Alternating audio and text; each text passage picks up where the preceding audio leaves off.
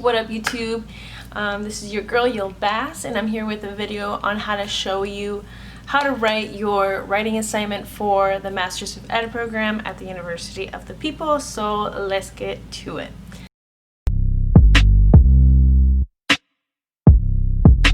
So go on this one, my.uofpeople.edu/login/index. I'll put it in the description box as well for your convenience. So let's go on the course here. You're gonna go on written assignment. So you have all these instructions. This specific class, it is my third term, so I'm assuming that it's gonna get progressively harder. But I think my very first two terms, I didn't have a lot of instructions like this, so don't be scared if you look at this. But anyways, I copied and pasted all these instructions onto another Google Doc. So this is like my way of organizing my thoughts. It's a little bit different from what I showed you last time, but I wanted to create something better. So let me show you how I do this. So the cool part is that I can put the discussion post question, my notes for discussion post, and then my notes on written assignment question. So I have the instructions here. This is where I basically break it down. I bold anything that is very important to answer. And then I go ahead and write down the quotes that are most relevant to the question. And so since this is talking about learning environments, I just categorized it: learner, assessment, and then I forgot to title knowledge centered, but that's what I do. And I also, this is APA style. I'm gonna zoom in here. So when you are trying to paraphrase a specific quote, this is what you want to use. Obviously, since this is the direct quote, I would not be using this, but I always include the direct quote, and then when I'm actually writing it, I paraphrase it, and then I have the in-text citation right next to it so that it's convenient for me to just copy and paste it onto the Word doc.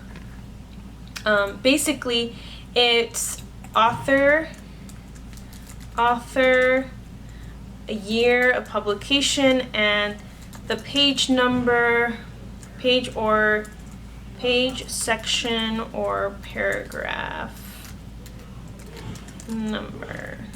So that's basically the format, the APA format when you're paraphrasing. I put et.al if you have more than one author, and if you don't have the year, you can include n.d, and this means no date. I would highly suggest to look for the page, the section, or the paragraph number. I know it's kind of annoying, but it's important. Alright, so that is basically it. So I have my quotes. There was only 3 readings. So if you notice, let's go back, just so that it gives you a better perspective on here. And I hate that the website, you have to take additional steps, but whatever. These are only 3 assignments, 3 readings. And so I tried my best to find quotes from each of the sources, but I ended up only using 2 sources from the readings, and then 2 additional sources from outside of the readings. So let's go look into my actual writing assignment.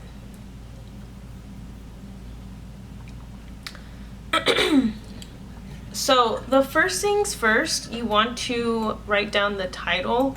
What is it? What's the topic? It doesn't have to be anything specific, just whatever, generalize it. In this case, it's perspectives on learning environments.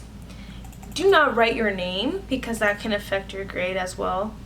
Put the name of the course, the name of the professor, University of People, and then the date this would be the deadline. Just include the deadline. Don't include the date in which you are writing it, but include the date that you're supposed to turn it in, which would always be on a Wednesday.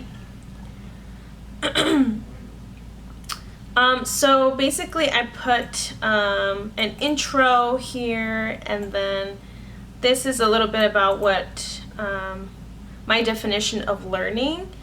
And as you can see, include that in-text citation. And remember to put the period outside. Don't put it right here. That's wrong. You need to have it up over here. Always include specific examples of anything outside of the reading. So anything you can connect. For example, I include here about social movements that involve the Black American experience, things of the sort.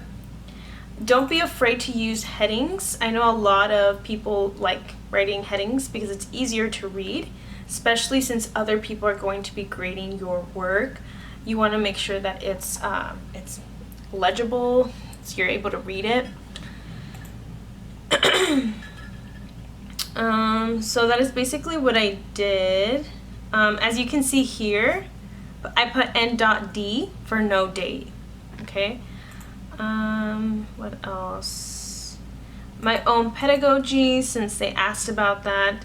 And I would just highly suggest to look over the rubric as well. And I can show that in a little bit. References. I know I should be at this point where I can memorize on how to format it, but your girl is lazy and she goes to AP Format Generator, and this is where I just put the website on here. If it's a random journal that I find, then I will just include that as well. Same with magazine, newspaper, whatever. Just make sure that it's APA up here, okay?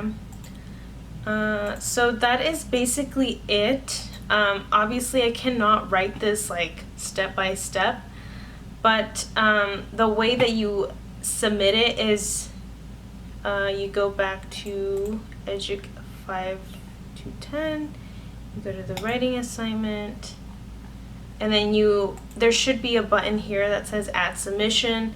Since I already added it, then the button doesn't pop up, but it should say add submission, and I highly suggest that you download it as a PDF. If you didn't know, on Google Docs you can literally go to File, Download, PDF. It'll download it for you, and then you would go back here, and basically you will just drag the file to that empty space that pops up. It doesn't show on my end because obviously I already did it, but that is basically how you create the writing assignment. So that's it. I don't know what else to add, but if you would like more information, any questions regarding the process, please let me know in the comments below.